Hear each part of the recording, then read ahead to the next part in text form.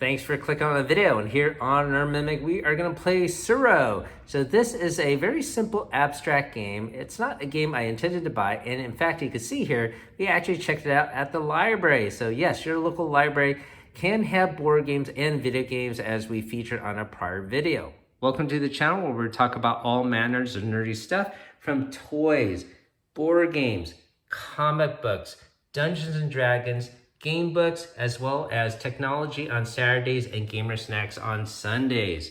Now, we also do monthly giveaways, and everything you see here is part of our big December Advent Calendar giveaway. I'll put a link down below how you can win this prize. And if you're watching this from the future, I'm sorry you missed out, you could click our main channel page for that current information. And if you like what you see on this video, hopefully consider hitting that like and subscribe. It's free to you and certainly helps us out on the channel. Thanks for watching.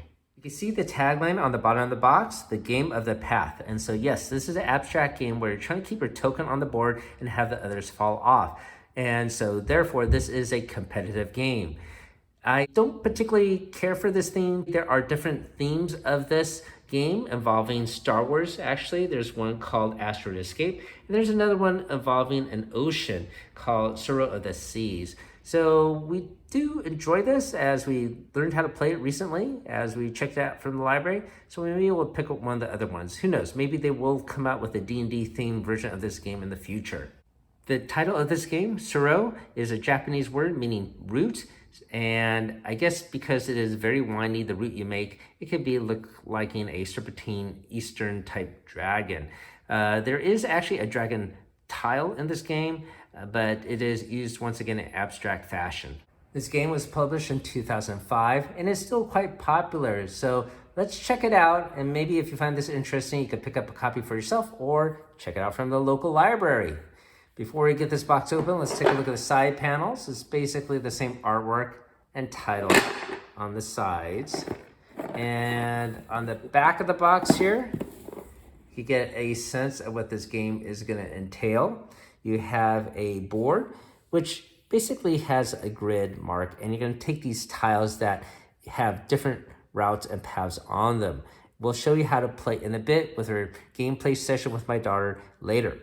You see this game is rated for 2 to 8 players, ages 8+. However, my son is only 5 years old and he can understand the concept of this game.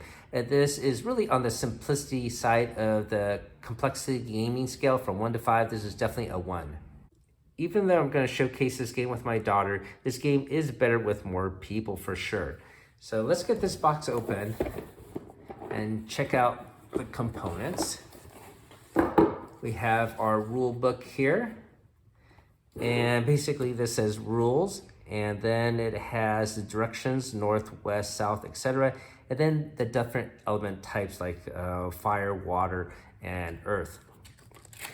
We open up this piece of paper, and this is basically the rule sheet describing the setup and how to win. The flip side is just some artwork. So very short rule book. This is the game board, and it has a nice depiction of a phoenix. There you go. This is a phoenix on the board, and you can see how there are grid marks on the board, and then you can see these white hash lines, and this is going to be your starting route for your token that you will place. All right, we'll show that board more in the future. These are the tokens. There's 8 different colors for 8 different players. They're basically a resin type of plastic, pretty sturdy, and they have a nice design on one of the faces. Okay, and then these are going to be the draw tiles for different routes you will place. So no matter which section you come from, there will always be a path to go to, and you're going to have to place this tile wherever your token is and have it travel through. It's pretty straightforward, and you always have to have 3 in your hand. The only tile that is different is this one here, which features the dragon. And this comes to play when you run out of draw tiles. And so this will denote that you are the player to get the next tile if one becomes available, and they can become available if a player gets knocked out. If a player gets knocked out, those tiles go back into the draw pile. To quickly show you how to play in an example, assuming that my daughter is the black token here and I am this yellow token, and we start at these random tags. You could pick any hash line to start off. If I place this token down here, I could, but I wouldn't want to, because that means I would follow this route and come off the board immediately and I would lose the game. And because I placed this tile here, I will force my daughter to move from here to here, and she would actually be safe. So that's not a good outcome for me. Conversely, if I rotate the tile this way, I would move here, be safe, and I would force my daughter off the board and she would lose. So that's essentially the strategy of this game. There are also scenarios where if you, for example, started in here and I placed a tile here, I would move here and she would move here and we would crash into each other. We would essentially be eliminated and we both lose. There are also scenarios where if you both come off the board simultaneously, let's see, I don't think I could show you an example with the tile, but let's suppose if both of us came off at the same time and there was no one else on the board, well, we would both tie for a win as well. There was also one gameplay scenario where my wife was playing and she ended up being in this large loop. And it doesn't say anywhere in the loop that that is not allowed. And I think you're kept on the board as one of the victors, because you are not able to fall off board and you're staying on the board permanently, so you're considered a winner. There might be other winners depending on if other tokens get eliminated or not. That's basically all you need to know to play this very simple abstract game. It's quick to learn, quick to play, easy to set up, and now we'll have a gameplay session with my daughter. Welcome to our gameplay portion of Tsuro. You ready to go, Emma? Yeah. All right, so very easy setup. We just have our tokens here, and we need to draw 3 tiles. So you got your 3. Oh, thank you very much. And I will keep mine face up just for the sake of gameplay and the camera, but technically you're supposed to keep these secret. So I'm gonna place my token here, and yes, you could put your token anywhere on those white hash lines, even adjacent to me if you choose. And the rule for the first player is the oldest player goes first. So that would be me for sure. So I am just gonna take one of these tiles and I will place my route like this. And I will go over here and have to draw a new card to always have 3 in my hand. Yep, that is correct. And then you're gonna get a new card. I'm gonna see if I can make mine go towards you somehow. We'll see. Okay, I'm gonna get a new tile.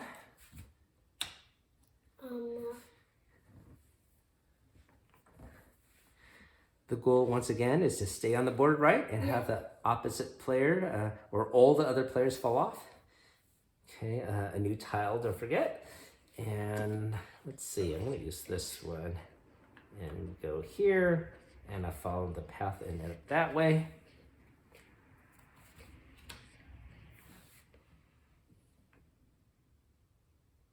What if I make a loop? You could see, you could try. Okay, a tile.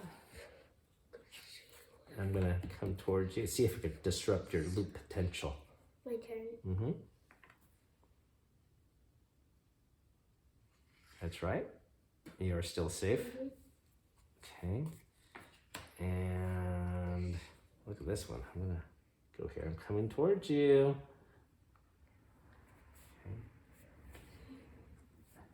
Okay.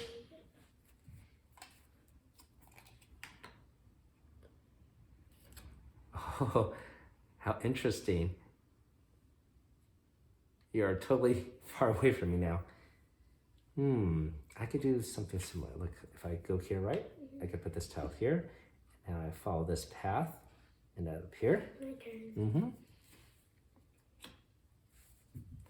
You can see how this game would be more interesting with more players, right? Like we played with your other group of friends. Your turn. Yep.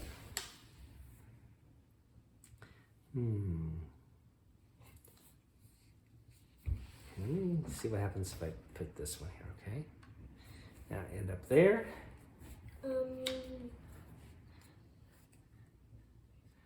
And see if I could box you in. No way. Yeah, you could reposition it any way you wish.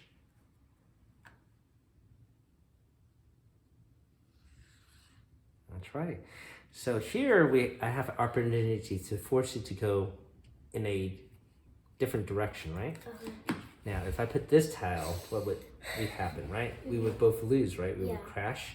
Okay, so I definitely don't want to do that. Though, if I go here, way up there, then you really will force me out. I think I don't want that to happen either. If I go this way, I will loop all the way back. No, maybe I have to use this one here.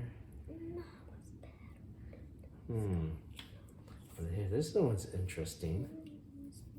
I would loop out and you would be safe. All right, I think I'm gonna do this one. Okay. This could be dangerous, but I'm gonna have to go here and you will. But I crashed into you. No, you follow the path. You follow the path, remember? Yeah. My turn. All right, yes, so I think I actually might lose because you could force me off. You're gonna have to think very carefully. That's right. You are safe. And what happens to me? I'm off the board. Wow! All right. So that was a very simplistic showcase of the gameplay of this game, Tsuro. So what do you think about this game, Emma? It's simple, and that makes it fun. It makes it fun, yeah, and easy to learn, easy to teach, just like we did earlier in the day with your group of friends, right, Emma? Yeah. Okay. Sometimes it's great to have a very simple, engaging game just to have a relaxing time with family and friends. Yeah, but you know what? Yes. Look, this game is 15 to 20 minutes and it's supposed to be A+. Yes, but your brother knows how to play it. Every kid is different, right? Yeah. So the only thing I would say about this game is it is quite beautiful, but I'm sure they could come up with a different theme, especially for me that likes fantasy more. I like Star Wars, but I would like something fantasy. And Can you what think about of the minifigures? Well, yeah. Can you think of an idea how you could make this like D&D related? You could be riding on a dragon. Could be riding on a dragon? And then have to stay on the dragon the most. Maybe. See, it's a very long dragon. Maybe. Maybe if you were a goblin and mining for some gold and you were on a cart, maybe it could be a roper and somehow grabbing people, or maybe you are casting a shield, trying to divert arrows so that you don't get hit. I'm sure someone could think of a great idea and make it D&D related. Well, anyhow, thank you for watching our gameplay session of Tsuro. Hopefully you found that interesting. And as I mentioned, please check out your local library to see what board games they have. As always, keep on adventuring out there.